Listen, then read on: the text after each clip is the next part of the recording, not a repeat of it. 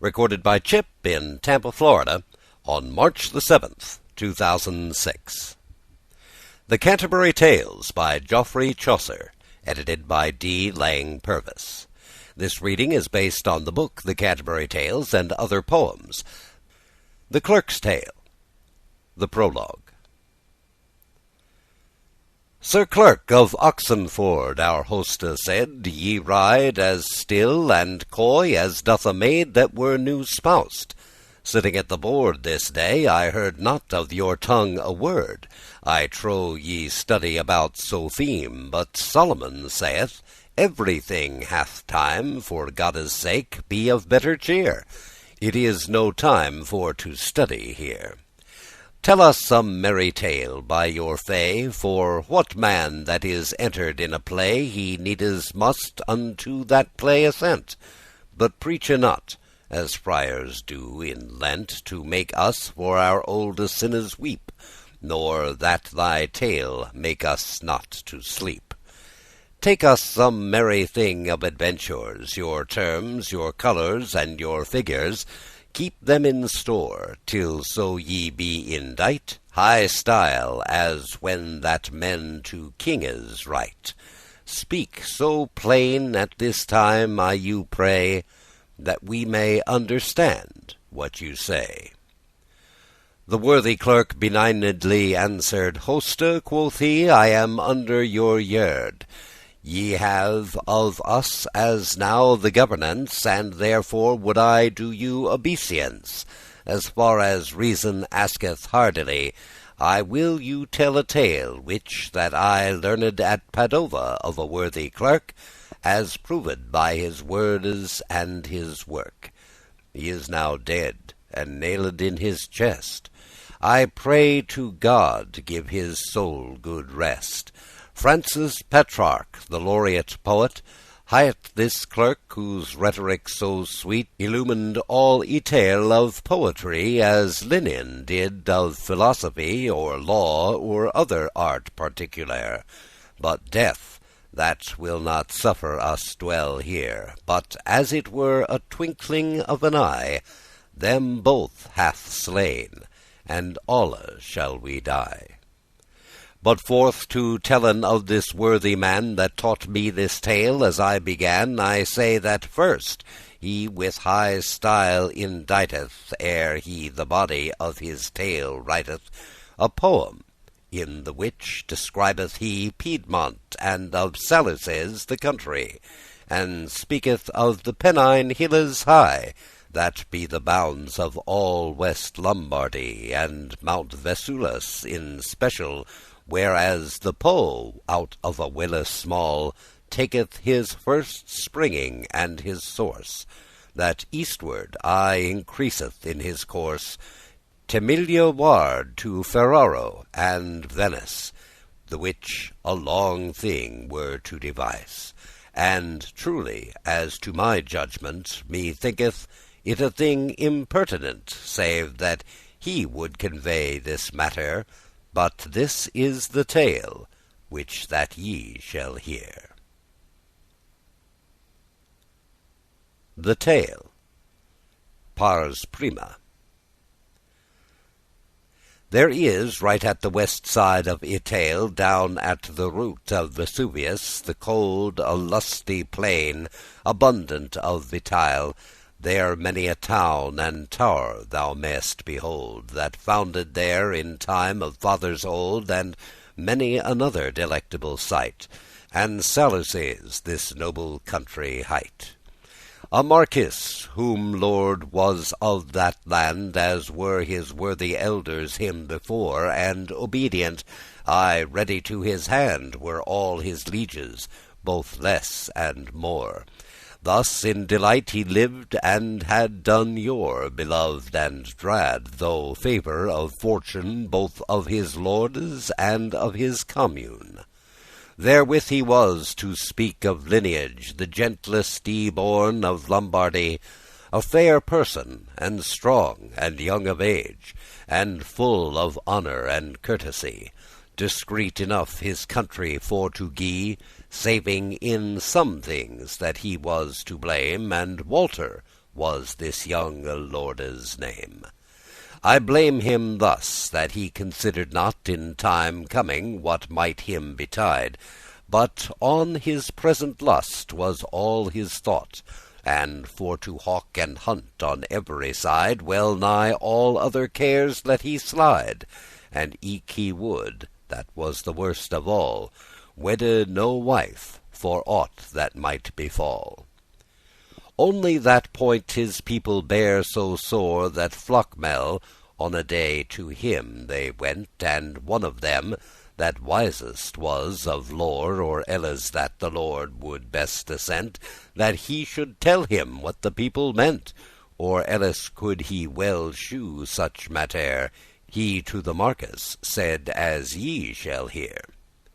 O noble Marquis, your humanity assureth us and gives us hardiness, as oft as time is of necessity, that we to you may tell our heaviness. Accept, Lord, now of your gentleness what we with piteous heart unto you plain, and let your ears my voice not disdain.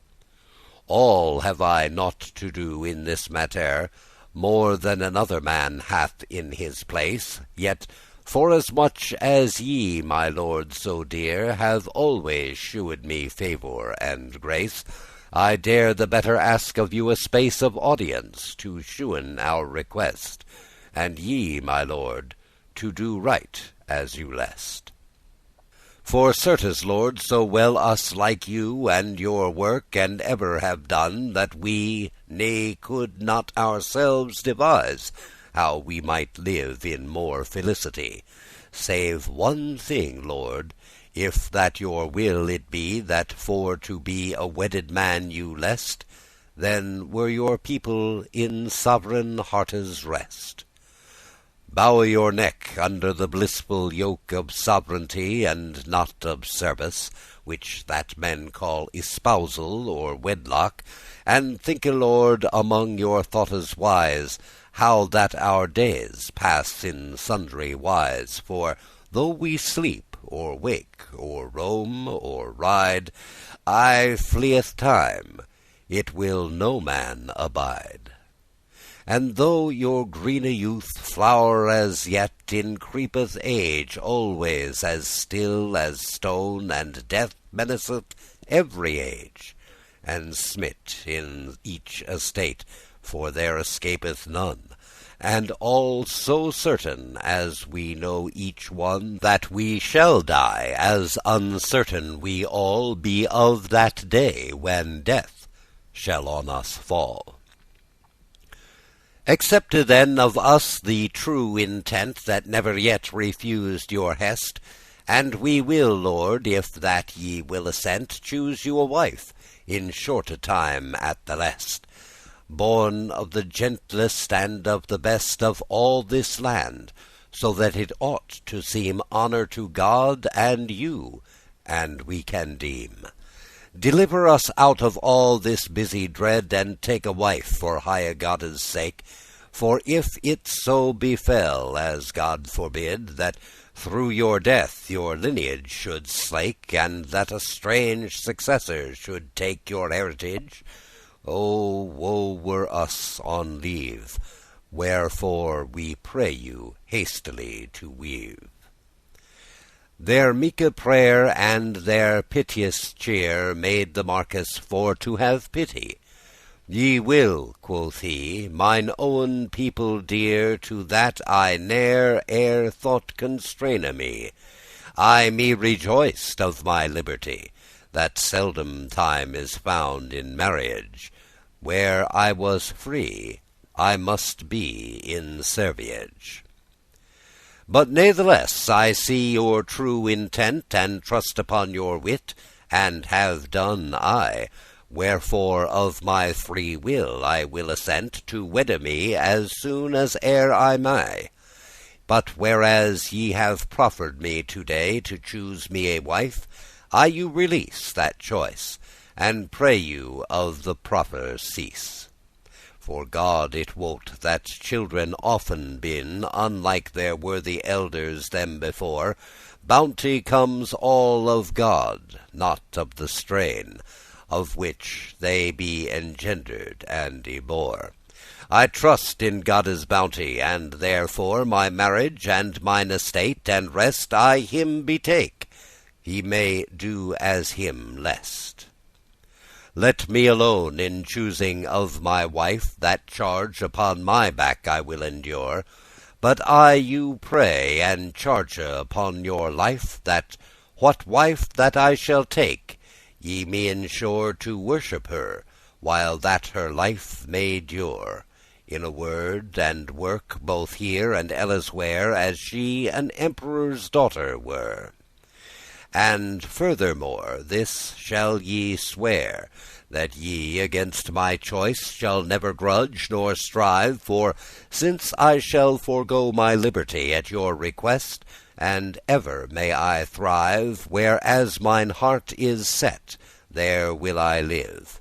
And but ye will assent in such mannere, I pray you speak no more of this matter. With heartly will they sworen and assent to all this thing. There said not one wight nay, beseeching him of grace, ere that they went, that he would grante them a certain day of his espousal, soon as e'er he may. For yet always the people somewhat dread, lest that the Marquis woulde no wife wed. He granted them a day, such as him lest, on which he would be wedded sickerly, and said he did with all this at their request. And they with humble heart, full buxomly, kneeling upon their knees, full reverently he thanked all, and thus they have an end of their intent, and home again they wend. And hereupon he to his officers commanded for the feast to purvey, and to his privy knights and squires such charge he gave, as him list on them lay, and they to his commandement obey, and each of them doth all his diligence to do unto the feast all reverence. Pars Secunda. Not far from Thilic Palace honourable, where as this Marquis shope his marriage, there stood a thorpe of sleighte delectable, in which the poor folk of that village had their beasts and their harbourage, and their labour took their sustenance after the earth gave them abundance. Among this poore folk there dwelt a man, which that was holden poorest of them all. But high God sometimes sende can his grace unto a little ox's stall. Janicola men of that thorpe him call. A daughter had he, fair enough to sight, and Griseldis this young maiden hight. But for to speak of virtuous beauty, then she was one the fairest under sun. For poorly fostered up was she, no likerous lust was in her heart y run. Well ofter of the well than of the tun she drank, and for she would virtue please, she knew well labour, but no idle ease. But though this maiden tender were of age, yet in the breast of her virginity there was enclosed a sad and ripe courage, and in great reverence and charity her poor old father fostered she. A few sheep spinning on the field she kept, she would not be idle till she slept. And when she homeward came, she would bring wortes and other herbs times oft, the which she shred and seethed for her living, and made her bed full hard and nothing soft. And aye she kept her father's life on loft with every obeisance and diligence that child may do to father's reverence.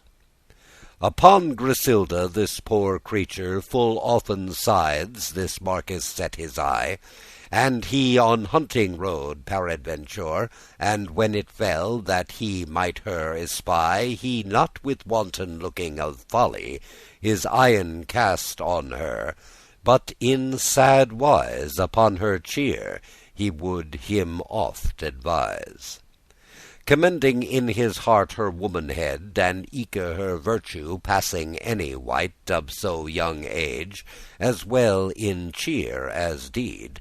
For though the people have no great insight in virtue, he considered full right her bounty, and disposed that he would wed only her, if wed ever he should. The day of wedding came, but no wight can tell what woman that it shoulde be.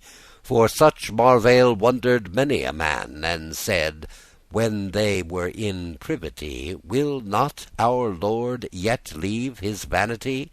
Will he not wed? Alas, alas the while! Why will he thus himself and us beguile? But natheless this Marquis had done make of gemmes set in gold and in azure, brooches and rings for Griselda's sake, and of her clothing he took the measure of a maiden like unto her stature, and eke of other ornaments all, that unto such a wedding shoulde fall. The time of undern of the same day approached that this wedding shoulde be, and all the palace was put in array, both hall and chamber each in its degree, houses of office stuffed with plenty, that mayest thou see of daintiest vitale that may be found, as far as lasts Itale. This royal Marquis, richly arrayed, lordes and ladies in his company, the which unto the feast were prayed, and of his retinue the bachelory, with many a sound of sundry melody, unto the village of the which I told, in this array the right way did they hold. Griseld of this, God wot, full innocent, that for her shapen was all this array, to fetche water at a well is went, and home she came as soon as e'er she may, for well she heard say that on that day the Marquis should wed, and if she might, she fain would have seen somewhat of that sight. She thought, I will with other maidens stand that be my fellows in our door, and see this Marchioness, and therefore I will fand to do at home, as soon as it may be, the labour which belongeth to me, and then I may at leisure her behold, if she this way unto the castle hold.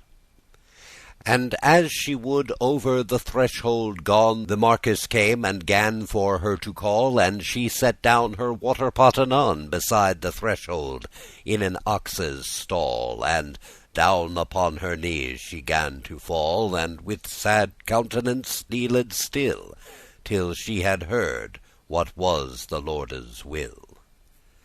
The thoughtful Marquis spake unto the maid full soberly, and said in this mannere, "Where is your father, Griseldis?" he said. And she, with reverence, in humble cheer, answered, "Lord, he is already here." And in this she went without longer let, and to the Marquis she her father fet.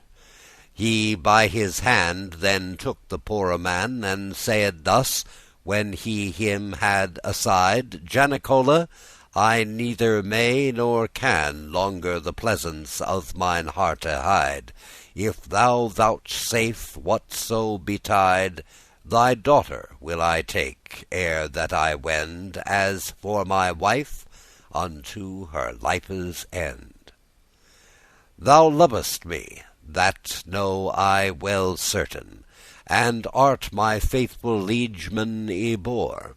And all that liketh me I dare well sayn it liketh thee, and specially therefore tell me that point that I have said before, if that thou wilt unto this purpose draw, to take me for thy son in law." This sudden case the man astonished so, that red he waxed, abashed, and all quaking. He stood uneaths, and said he wordes mo, but only thus: "Lord," quoth he, "my willing is as ye will, nor against your liking I will do no thing. Mine owen lord so dear, right as you list govern this matter." "Then will I," quoth the Marquis softly, "that in thy chamber I and thou and she have a collation. And knowest thou why? For I will ask her, if her will it be to be my wife, and rule her after me, and all this shall be done in thy presence. I will not speak out of thine audience." And in the chamber where they were about the treaty, which ye shall thereafter hear, the people came into the house without, and wondered them in how honest manner and tenderly she kept her father dear. But utterly Griseldis wonder might, for never erst they saw she such a sight. No wonder is though that she be astoned to see so great a guest come in that place. She never was to no such guestes woned, for which she looked with full pale face. But shortly forth this matter for to chase, these are the wordes that her Marquis said to this benigne very faithful maid. "Griseld," he said, "ye shall well understand, it liketh to your father and to me that I you wed. And eke it may so stand, as I suppose ye will that it so be. But these demands ask I first," quoth he, "since that it shall be done in hasty wise. Will ye assent, or elles you advise? I say this, be ye ready with good heart to all my lust, and that I freely may, as me best thinketh, do you laugh or smart, and never ye to grudge night or day, and eke when I say yea, you may not nay, neither by word nor frowning countenance. Swear this, and here I swear our alliance." Wondering upon this word, quaking for dread, she said, "Lord, indigne and unworthy am I to this honour that ye me bed. But as ye will yourself, right so will I. And here I swear, that never unwillingly in word or thought I will you disobey, for to be dead, though me were loath today." "This is enough, Griselde mine," quoth he, and forth he went with a full sober cheer out of the door, and after then came she, and to the people he said in this manner: "This is my wife," quoth he, "that standeth here. Honour her and love her, I you pray. Whoso me loves, there is no more to say." And for that nothing of her olde gear she should bring into his house, he bade that women should despoil her right there, of which these ladies were nothing glad to hand her clothes wherein she was clad. But natheless this maiden bright of hue, from foot to head they clothed have all new. Her haires have they combed that lay untressed full rudely, and with their fingers small a crown upon her head they have dressed, and set her full of notches great and small. Of her array why should I make a tale? Unneth the people her knew for her fairness, when she transmuted was in such richness. The Marquis had her spoused with a ring brought for the same cause, and then her set upon a horse snow white and well ambling, and to his palace ere he longer let, with joyful people that her led and met conveyed her, and thus the day they spend in revel till the sunne gan descend. And shortly forth this tale for to chase, I say that to this new Marchioness God hath such favour sent her of his grace, that it ne seemed not by likeliness that she was born and fed in rudeness, and in a cot or in an ox's stall, but nourished in an emperor's hall. To every wight she waxen is so dear and worshipful, that folk where she was born, that from her birth knew her year by year, unnethe strode. But they in durst have sworn that to Janicole, of whom I spake before, she was not daughter, for by conjecture them thought she was another creature.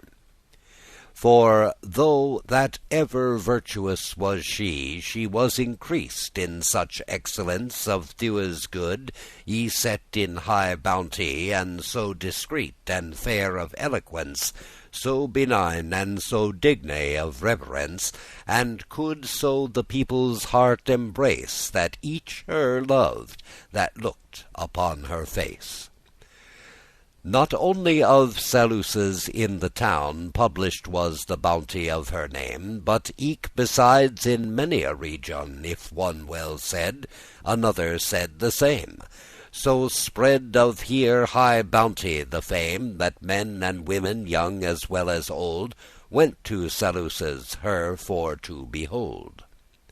Thus Walter lowly, nay but royally, wedded with fortunate Hodenstedt, in Godde's peace lived full easily at home, and outward grace enough had he, and for he saw that now under low degree was honest virtue held, the people him held a prudent man, and that is seen full seld.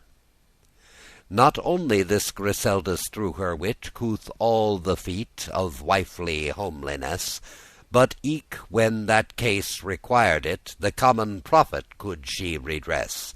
There n'as discord, rancour, nor heaviness in all the land that she could not appease, and wisely bring them all in rest and ease. Though that her husband absent were or none, if gentlemen or other of that country were wroth, she would bringe them at once, so wise and ripe wordes had she, and judgment of so great equity, that she from heaven sent was, as men wend, people to save, and every wrong to mend. Not longe time after that this Griseld was wedded, she a daughter had y bore. All she had lever born a knave child. Glad was the Marquis and his folk therefore. For though a maiden child came all before, she may unto a knave child attain, but likelihood, since she is not barren. Pars tertia.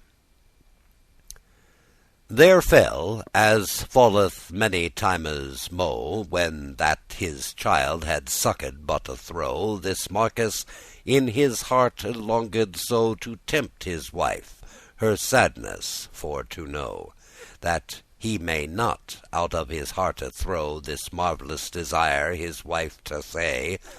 Needless, God wot, he thought her to affray.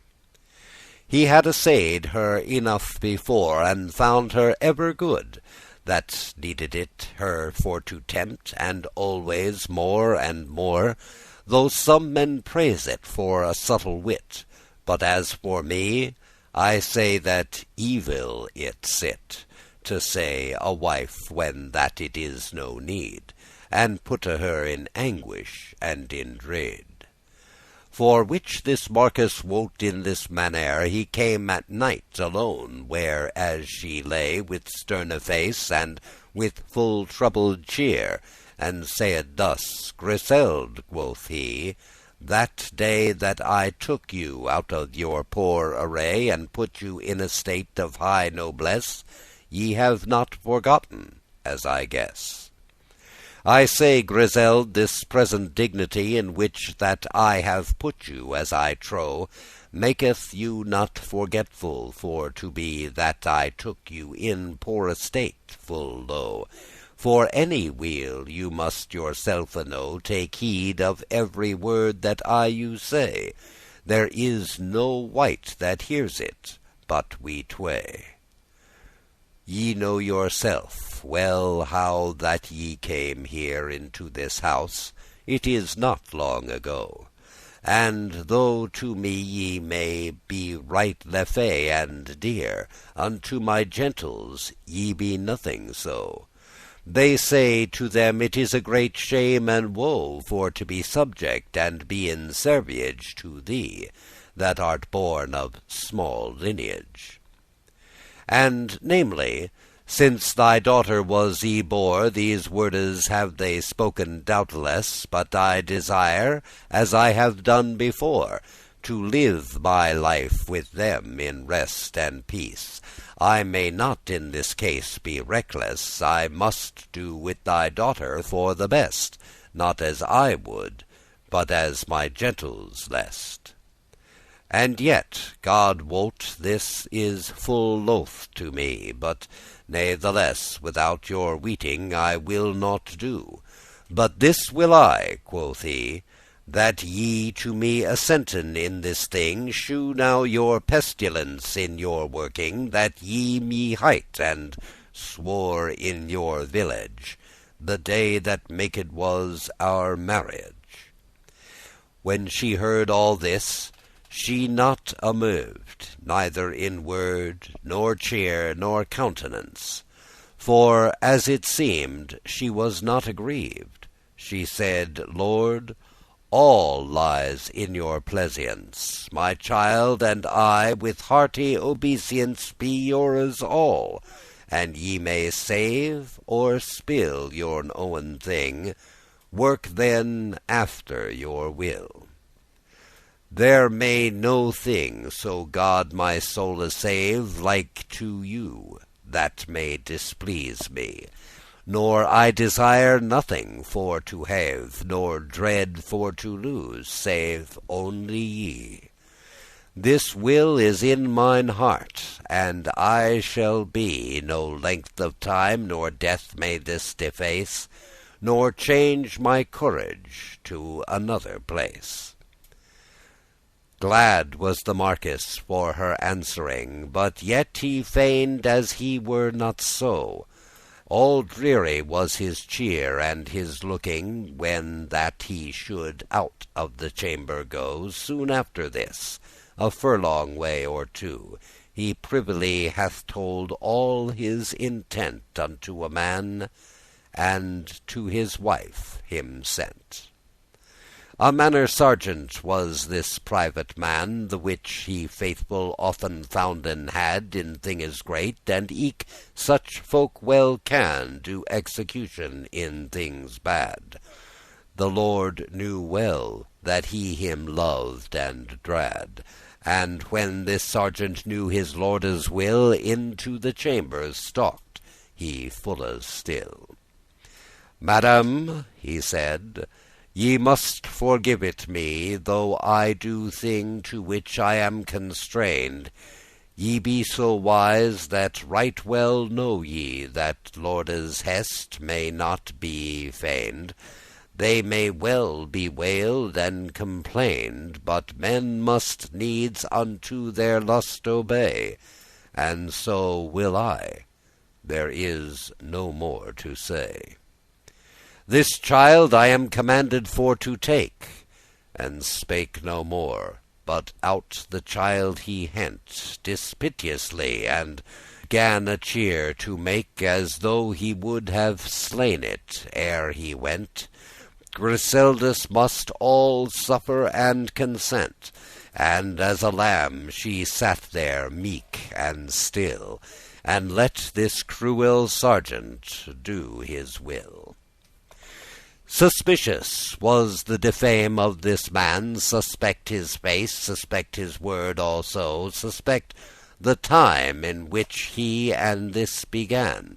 Alas, Her daughter, that she loved so, she weened he would have it slain right tho'. But natheless she neither wept nor siked, conforming her to what the marquis liked. But at the last to speake she began, And meekly she unto the sergeant prayed, So as he was a worthy gentleman, That she might kiss her child ere that it died. And in her barm this little child she laid With full sad face, and gan the child to bless, And lulled it, and after gan to kiss. And thus she said in her benigne voice, Farewell, my child, I shall thee never see.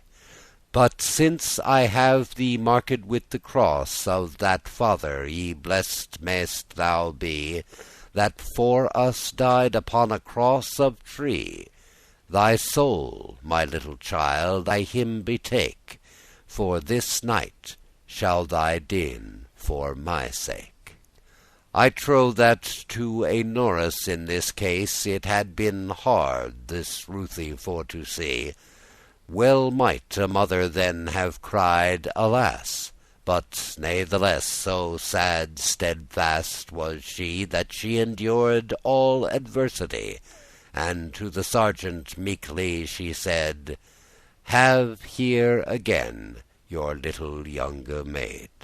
Go now, quoth he, and do my lord's behest, And one thing would I pray you of your grace, But if my lord forbade you at the least, Bury this little body in some place That neither beasts nor birds it erace. But he no word would to that purpose say, But took the child and went upon his way. The sergeant came unto his lord again, And of Griselda's words and of her cheer He told him point for point in short and plain, And him presented with his daughter dear. Somewhat this lord had ruth in his mannere, But natheless his purpose held he still, As lordes do, when they will have their will. And bade this sergeant that he privily Should the child full softly wind and wrap With all circumstances tenderly, And carry it in a coffer or in lap, But upon pain his head off for to swap, That no man should know of his intent, Nor whence he came, nor whither that he went. But at Bologna to his sister dear, That at that time of panic was countess, He should it take, and shew her this matter, Beseeching her to do her business, This child to foster in all gentleness, And whose child it was he bade her hide From every wight, for aught that might betide. The sergeant went, and hath fulfilled this thing, But to the marquis now returned we, For now he went full fast imagining, As if by his wife's cheer he might see, Or by her words apperceive that she were changed, But he never could her find, But ever in one alike sad and kind, As glad, as humble, as busy in service, And eke in love, as she was wont to be, Was she to him in every manner wise. And of her daughter not a word spake she, No accident, for no adversity Was seen in her, nor e'er her daughter's name She named, or in earnest, or in game. Pars quarta. In this estate there passed be 4 year Ere she with child was, as God who'd a knave child she bare by this Walter, full gracious and fair for to behold. And when that folk it to its father told, not only he, but all his country merry were for this child, and God they thank and harry. When it was 2 year old, and from the breast departed of the Norris, on a day this Marquis caught yet another, lest to tempt his wife yet further, if she may. Oh, needless was she tempted, in as say, but wedded men not connen no measure, when that they find a patient creature. Wife, quoth the Marquis, ye have heard ere this, my people sickly bear our marriage, and namely, since my son y-born is, now is it worse than ever in all our age. The murmur slays mine heart and my courage. For to mine ears cometh the voice so smart, that it well nigh destroyed hath mine heart. Now say they thus, when Walter is y-gone, then shall the blood of Janicol succeed, and be our lord, for other have we none. Such wordes say my people out of dread. Well ought I of such murmur take heed, for certainly I dread all such sentence, though they not plainen in my audience. I would live in peace, if that I might, wherefore I am disposed utterly, and I his sister served ere by night. Right so think I to serve him privily. This I warn you, that ye not suddenly out of yourself, for no woe should outray. Be patient, and thereof I you pray. I have, quoth she, said thus, and ever shall. I will no thing, nor nill no thing certain, but as you list, not grieveth me at all, though that my daughter and my son be slain at your commandment, that is so sayn. I have not had no part of children twain, but first sickness, and after woe and pain. Ye be my lord, do with your owen thing, right as you list, and ask no rede of me.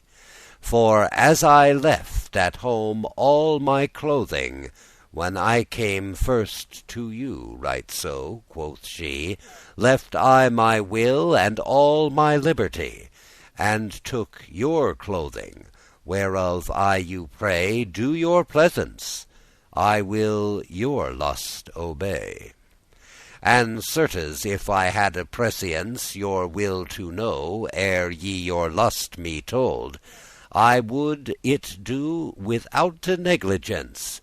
But now I know your lust, and what ye wold. All your pleasance firm and stable I hold. For whilst I that my death might do you ease, right gladly would I dien you to please. Death may make no comparison unto our love. And when this Marquis say the constance of his wife, he cast down his eyen too, and wondered how she may in patience suffer all this array. And forth he went with dreary countenance, but to his heart it was full great pleasance. This ugly sergeant, in the same wise that to her daughter caught, right so hath he, or worse, if men can any worse devise, y hent her son, that full was of beauty, and ever in one so patient was she, that she no cheere made of heaviness, but kissed her son, and after gan him bless. Save this she prayed him, if that he might, her little son he would in earthe grave, his tender limbs delicate to sight, from fowls and from beasts for to save. But she none answer of him might have. He went his way, as him nothing ne naught, but to Bologna tenderly it brought. The Marquis wondered ever longer more upon her patience, and if that he not hadde soothly knowen therebefore that perfectly her children loved she, he would have weened that of some subtlety and of malice or for cruel courage she had suffered this with sad visage. But well he knew that next to himself certain she loved her children best in every wise. But now of women would I ask fain, if these assays might not suffice, what could a sturdy husband more devise to prove her wifehood and her steadfastness, and he continuing ever in sturdiness? But there be folk of such condition, that when they have a certain purpose take, they cannot stint of their intention, but right as they were bounden to a stake, that they will not of their firste purpose slake. Right so this Marquis fully hath proposed to tempt his wife, as he was first disposed. He waited if by word or countenance that she to him was changed and of courage, but never could he finde variance. She was aye one in heart and in visage, and aye the farther that she was in age, the more true, if that were possible, she was to him in love, and more penible. For which it deemed thus, that of them two there was but one will, for as Walter lest, the same pleasance was her lust also, and God be thanked, all fell for the best. She shewed well for no unworldly unrest, a wife as of herself no thinge should, will in effect, but as her husband would. The slander of Walter wondrous wide spread, that of a cruel heart he wickedly, for he a poore woman wedded had murdered both his children privily. Such murmur was among them commonly, no wonder is, for to the people's ear there came no word, but that they murdered were. For which, whereas his people therebefore had loved him well, the slander of his defame made them that they him hated therefore. To be a murderer is a hateful name. But natheless, for earnest or for game, he of his cruel purpose would not stent to tempt his wife all his intent. When that his daughter 12 year was of age, he to the court of Rome in supple wise, informed of his will, set his message, commanding him such bulles to devise, as to his cruel purpose may suffice. How that the Pope, for his people's rest, bade him to wed another, if him lest.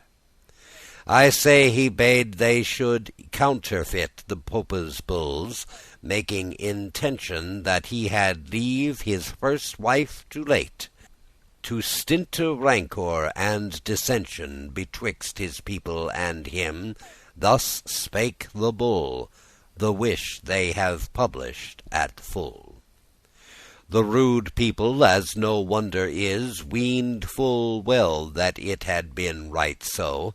But when these tidings came to Griseldis, I deem that her heart was full of woe. But she, alike sad for evermo', disposed was, this humble creature, th'adversity of fortune all t'endure.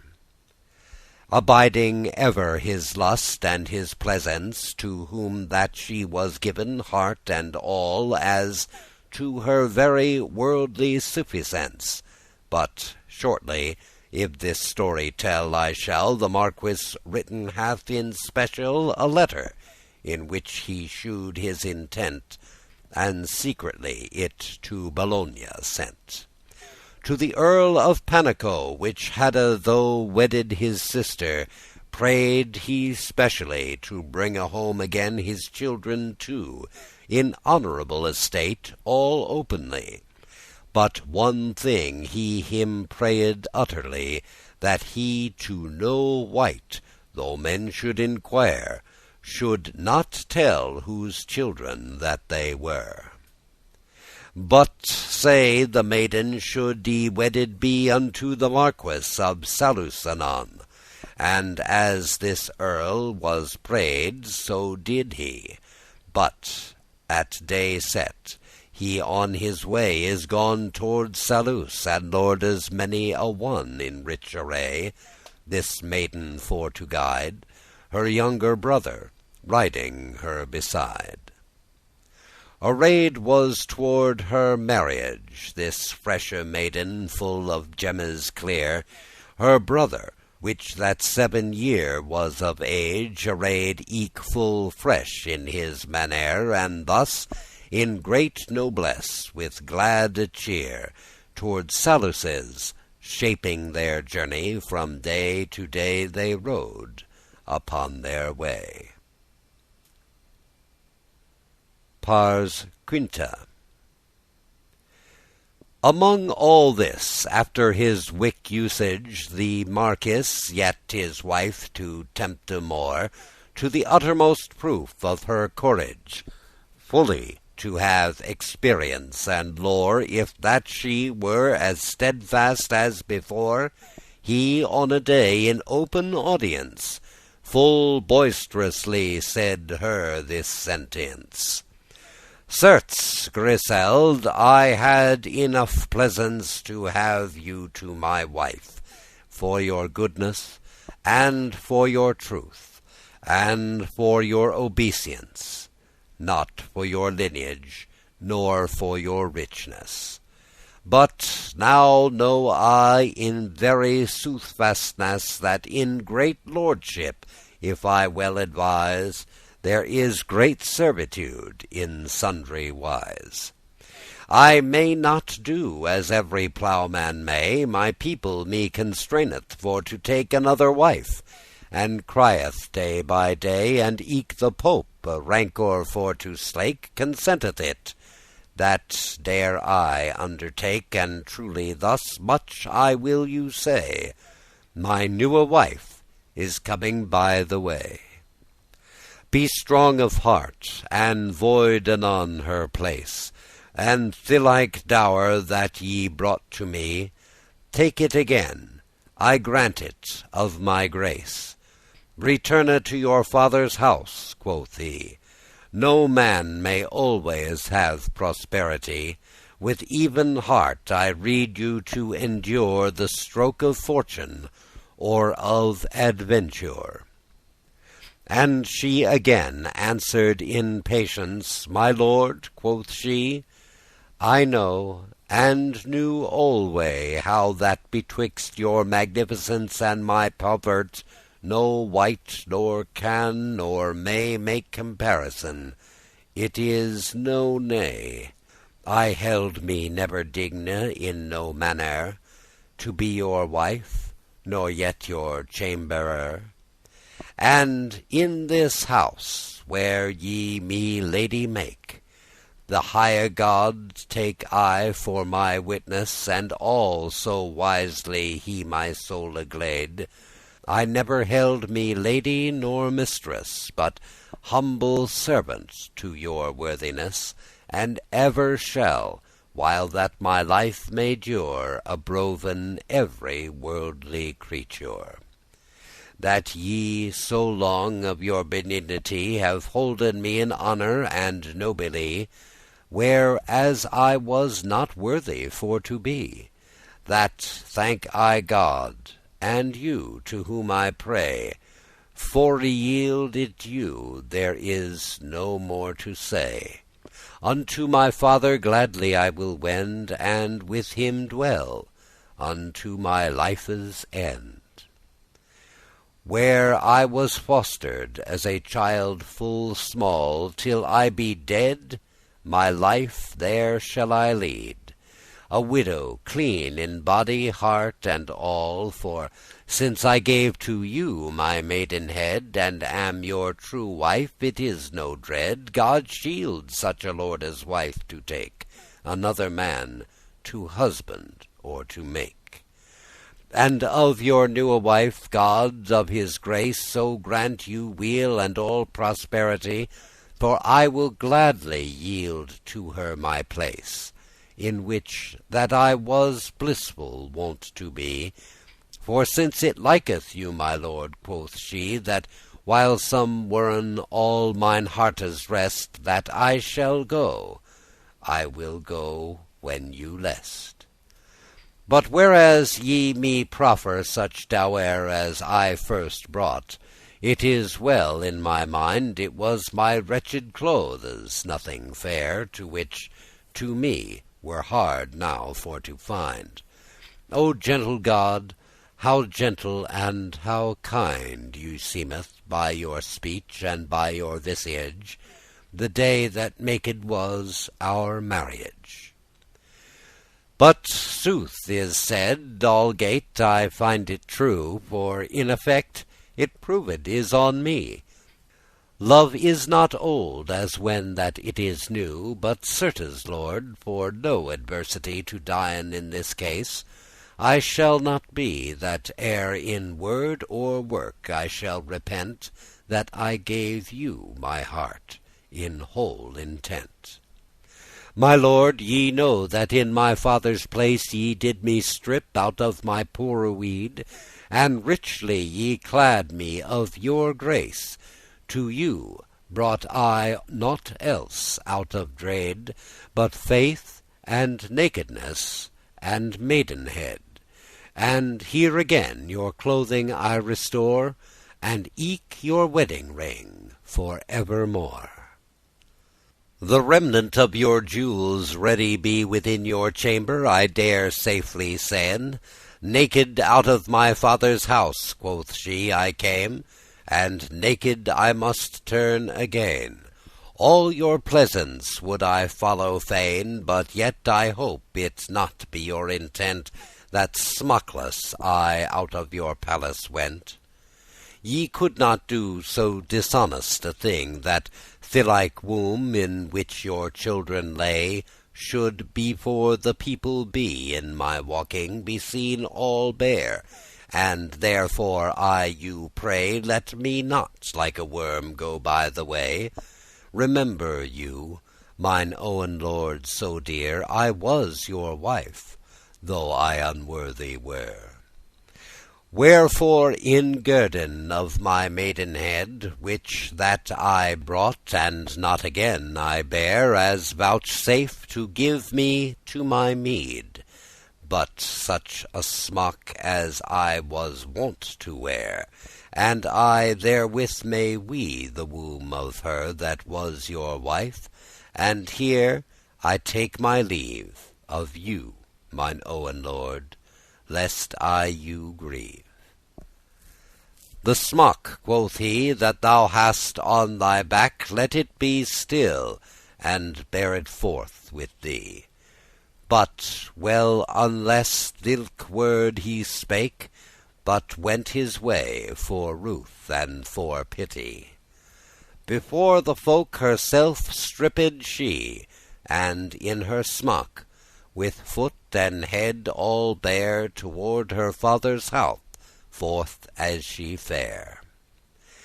The folk her followed weeping on her way, and fortune aye they cursed as they gone, but she from weeping kept her eyen dray, nor in this time word spake she none. Her father, that this tiding heard anon, cursed the day and time that nature shope to him be a living creature. For out of doubt this old poor man was ever in suspect of her marriage, for ever deemed he, since it first began, that when the Lord fulfilled had his courage, he would think it were a disparage to his estate so low for to alight, and void her as soon as e'er he might. Against his daughter hastily went he, for he by noise of folk knew her coming, and with her olde coat, as it might be, he covered her, full sorrowfully weeping. But on her body might he it not bring, for rude was the cloth, and more of age by days felay than at her marriage. Thus with her father for a certain space dwelled this flower of wifely patience, that neither by her words nor by her face before the folk, nor eke in their absence, ne shewed she was done offence, nor of her high estate no remembrance, ne hadde she as by her countenance. No wonder is, for in her great estate her ghost was ever in plain humility, no tender mouth, no heart delicate, no pomp, and no semblant of royalty, but full of patient benignity, discreet and prideless, aye honourable, and to her husband ever meek and stable. Men speak of Job, and most for his humbleness, as clerks, when them list, can well indite, namely of men, but as in soothfastness, though clerks praise women but a light, there can no man in humbleness him quite as women can, nor can be half so true as women be, but it be fall of new. Pars Sexta. From Boulogne is the Earl of Panic come, of which the fame upsprang to more and less, and to the people's ears all and some was known, eke that a newe marchioness he with him brought, in such pomp and richess, that never was there seen with manne's eye so noble array in all West Lombardy. The marquis, which that shope and knew all this, ere that the earl had come, sent his message for thilike poor silly Griseldis, and she, with humble heart and glad visage, nor with no swelling thought in her courage, came at his hest, and on her knees her set, and reverently and wisely she him gret. "Griseld," quoth he, "my will is utterly this maiden that shall wedded be to me receive be tomorrow as royally as it is possible is my house to be, and eke that every wight in his degree have his estate in sitting and service, and in high pleasance as I can devise. I have no women sufficient certain, this chambers to array in ordinance after my lust, and therefore would I fain that thine were all such manner governance. Thou knowest eke of all my pleasance. Though thine array be bad and ill besay, do thou thy devoir at the leaste way." "Not only, lord, that I am glad," quoth she, "to do your lust, but I desire also you for to serve and please in my degree, without fainting, and shall evermo, nor ever for no weal, nor for no woe, shall be the ghost within mine hearte stent, to love you best with all my true intent." And with that word she gan the house to dight, and tables for to set, and beds to make, and pained her to do all that she might, praying the chamberers for Godde's sake to hasten them, and faste sweep and shake, that she, the most serviceable of all, hath every chamber arrayed, and in this hall. About undern gan the earl alight, that with him brought these noble children tway, for which the people ran to see the sight of their array so richely base, And then at erst amonges them they say that Walter was no fool, though that him least to change his wife, for it was for the best. For she is fairer, they deemen all, than is Griseld, and more tender of age, and fairer fruit between them shoulde fall, and more pleasant for her high lineage. Her brother eke so fair was of visage, that them to see the people hath aught pleasance, commending how the Marquis governance. O stormy people unsad, and ever true, and undiscreet, and changing as a vane, delighting ever in rumour that is new, for like the moon so wax ye and wane. Aye, full of clapping, dear enough a Jane, your doom is false, your Constance evil preveth, a great fool is he that you believeth.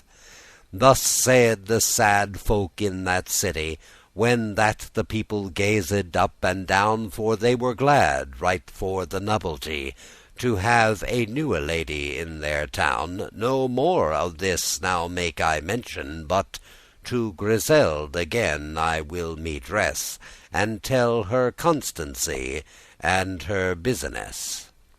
Full busy was Griseld in every thing, that to the feast she was appurtenant. Right nought was she abashed of her clothing, though it was rude, and some deal eke to rent. But with glad cheer unto the gate she went, with other folk to greet the Marchioness, and after that did forth her business. With so glad cheer his guestes she received, and so cunningly, each in his degree, that no default no man apperceived, but aye they wondered what she mighte be, that in so poor array was for to see, and could such honour and reverence, and worthily they praise her prudence. In all this means, while she not stent this maid, and eke her brother to commend with all her heart, in full benign intent, so well that no man could her praise amend. But at the last, when that these lordes wend to sitte down to meat, he gan to call Griseld, as she was busy in the hall. "Griseld," quoth he, as it were in his play, "how liketh thee my wife and her beauty?" "Right well, my lord," quoth she, "for in good fay a fairer saw I never done than she. I pray to God give you prosperity, and so I hope that he will you to send pleasance enough unto your live's end. One thing I beseech you and warn also, that ye not prick with no tormenting this tender maiden as you have done mo, for she is fostered in her nourishing more tenderly, and to my supposing she might not adversity endure, as could a poor fostered creature." And when this Walter saw her patience, her glade cheer, and no malice at all, and he so often had her done offence, and she aye sad and constant as a wall, continuing ever her innocence o'er all, the sturdy Marquis gan her heart address to rue upon her wifely steadfastness. "This is enough, Griselde mine," quoth he. "Be now no more aghast nor evil paid. I have thy faith and thy benignity, as well as ever woman's was assayed, in great estate and poorly arrayed. Now know I, dear wife, thy steadfastness." And her in arms he took, and gan to kiss. And she, for wonder of it, took no keep. She hearde not what thing he to her said. She fared as she had start out of a sleep, till she was out of her mazedness abraid. "Griseld," quoth he, "by God that for us died, thou art my wife. None other I have, nor ever had, as God my soule save. This is thy daughter, which thou hast supposed to be my wife. Other faithfully shall be mine heir, as I have disposed. Thou bare them of thy body truly. At Bologna kept I them privily. Take them again, for now mayest not thou say that thou hast lorn none of thy children tway.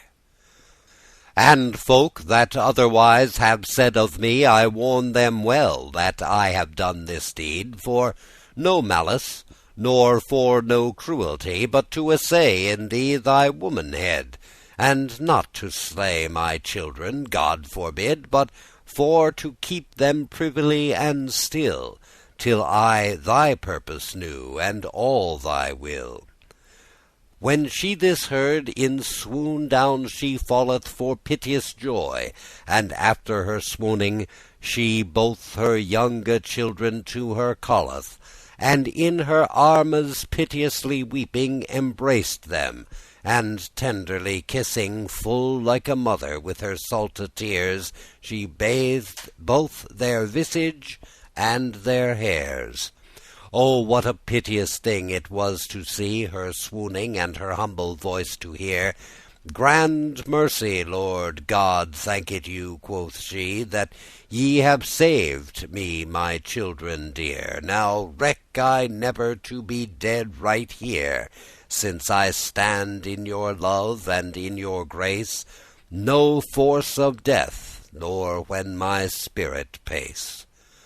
O tender, O dear, O younge children mine, your woeful mother weened steadfastly that cruel hounds or some foul vermain had eaten you.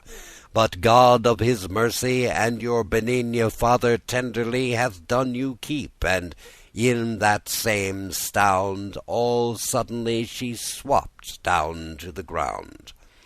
And in her swoon so sadly holdeth she her children too, that when she gan them embrace, that with great sleight and great difficulty the children from her arm they can erase. Oh, many a tear on many a piteous face down ran of them that stoode her beside, unneth about her might they betide.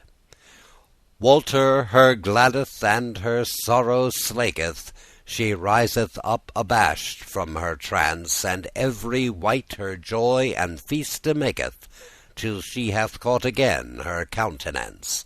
Walter her doth so faithfully pleasance, that it was dainty for to see the cheer betwixt them two, since they be met in fear.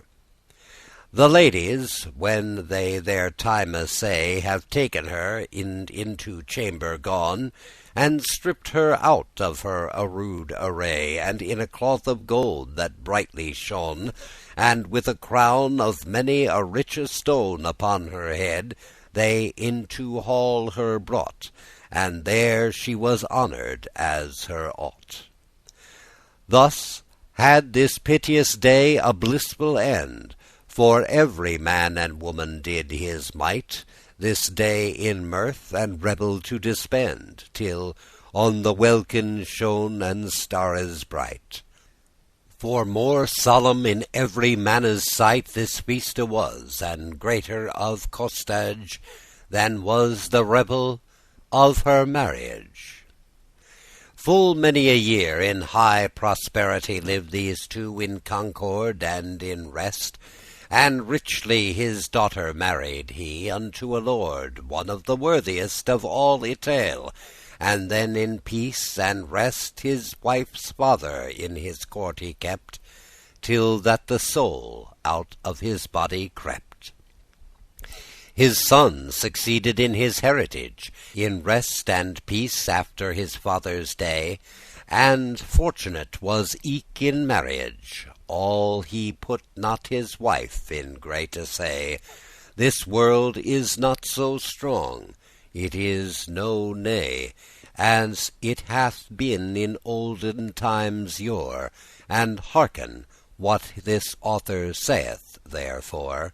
This story is said, not for that wives should follow Griselda in humility, for it were importable though they would, but for that every wight in his degree should be constant in adversity, as was Griselda. Therefore Petrarch writeth this story, which with high style he inditeth.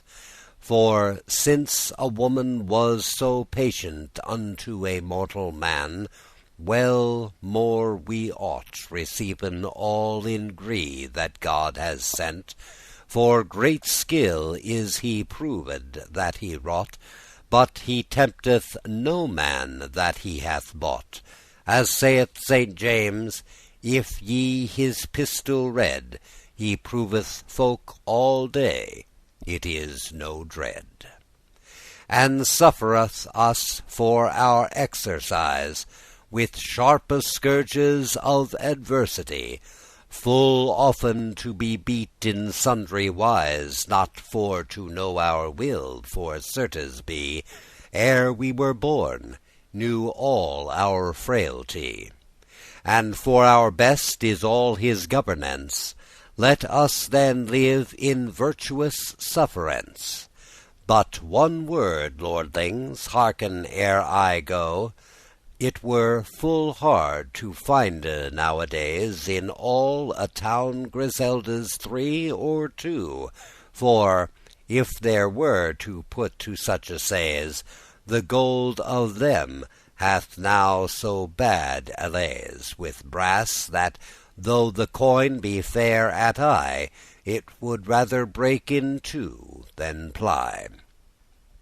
For which here, for the wife's love of Bath, whose life and all her sex may God maintain in high mastery, and else were it scath, I will, with lusty heart fresh and green, say you a song to gladden you, I ween, and let us stint of earnestful matter.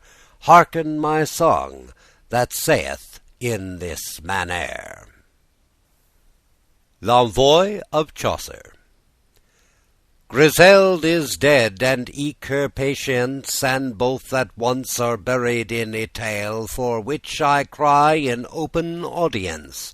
No wedded man so hardly be to sail his wife's patience, in trust to find Griselda's, for in certain he shall fail. O noble wives, full of high prudence, let no humility your tongues nail, nor let no clerk have cause or diligence to write of you a story of such marvail as of Griselda, patient and kind, lest she chivash you swallow in her entrail. Follow echo that holdeth no silence, but ever answereth at the counter tale. Be not bedaft of your innocence, but sharply take on you this governale.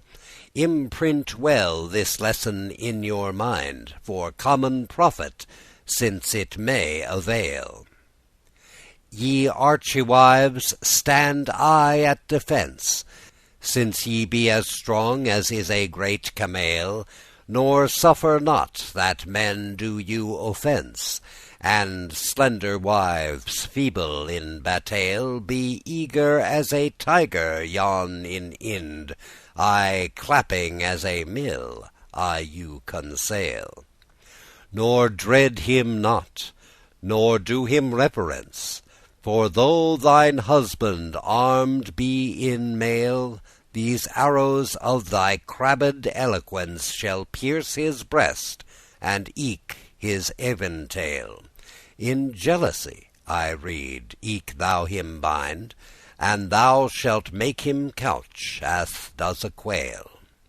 If thou be fair, Where folk be in presence, shew thou thy visage and thine apparel. If thou be foul, be free of thy dispence, To get thee friends, aye do thy travail.